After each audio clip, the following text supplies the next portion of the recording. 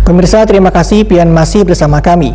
Berita selanjutnya mengabarkan perwakilan Federasi Serikat Pekerja Metal Indonesia bersama karyawan Grand Mentari Hotel Banjarmasin mengeluh ke Komisi 2 DPRD Banjarmasin terkait puluhan karyawan yang hanya dipekerjakan 5 hari dalam sebulan, sehingga gaji yang mereka dapatkan hanya Rp500.000 sebulan, karena cukup untuk memenuhi kebutuhan hidup sehari-hari. Untuk kabar selengkapnya, mari kita simak yang satu ini.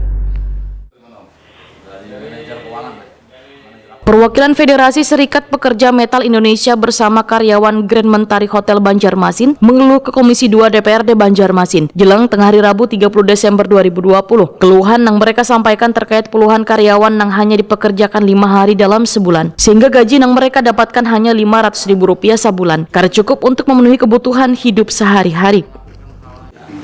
Mogok kerja akan berlanjut sampai kapanpun, karena surat kita pemberitahuan itu mogok kerja dimulai pada tanggal 24 Desember 2020 jam 8 sampai dengan batas waktu yang tidak ditentukan atau sampai dengan terjadinya kesepakatan dalam kolomnya.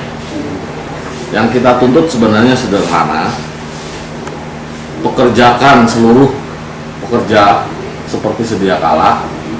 Kalau tidak mampu, ya kayak apa penyelesaiannya? Kalau hanya bisanya cuma 50%, ya 50% PHK, naik udah. Ya, artinya ada keputusan dari ya, manajemen. jangan ngambang-ngambang kayak ini, karena selama 5 bulanan ini kawan-kawan hanya dapat 500.000 sebulan.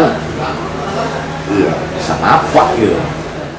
Ketua FSPMI Kalimantan Selatan, Yuyun Indarto, Waitakoni Prima TV usai pertemuan menyatakan kedatangan mereka ke kantor wakil rakyat ini untuk meminta memfasilitasi supaya pihak manajemen hotel bisa memenuhi tuntutan karyawan. Menurut Yuyun Indarto, hotel tersebut mulai beroperasi kembali sejak 1 Juli 2020. Namun manajemen hotel mempunyai aturan tersendiri untuk mempekerjakan karyawannya. Dari sekitar 80 lebih karyawan yang dipekerjakan hanya sekitar 25%. Itu pun dengan sistem rolling, yaitu masing-masing karyawan hanya bekerja 5 hari dalam sebulan, wan dibayar Rp500.000. Yuyun Indarto menilai pihak manajemen menyalahi aturan, sehingga pihaknya pun beberapa kali menyurati manajemen hotel, namun kereda kejelasan, sehingga karyawan melakukan mogok kerja sejak 24 Desember 2020.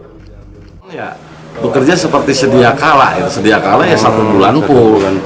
Dengan kalau ini hanya bekerja 5 hari dalam 1 bulan, itu kan menyalahi aturan. Dan pada waktu musim pandemi kawan-kawan sudah setuju saja dirumahkan tidak bayar upah gitu. Nah itu kan sudah kerelaan kawan-kawan pekerja di Mentari untuk membantu perusahaan. Tapi jangan lalu perusahaan seenaknya sampai dengan saat ini seenaknya memberlakukan kawan-kawan pekerja di Mentari. Pak, terus keinginan Pian untuk ke Komisi 2 ini apa? Keinginan kita sebenarnya sederhana sekali. Kalau memang nanti Dinas Tenaga Kerja tidak bisa memfasilitasi, ya semoga DPRD Kota Banjarmasin bisa lebih lanjut memfasilitasi kami. Silakan pihak kami diundang, pihak manajemen diundang, dan pihak Dinas Kota Banjarmasin Tenaga Kerja khususnya juga diundang.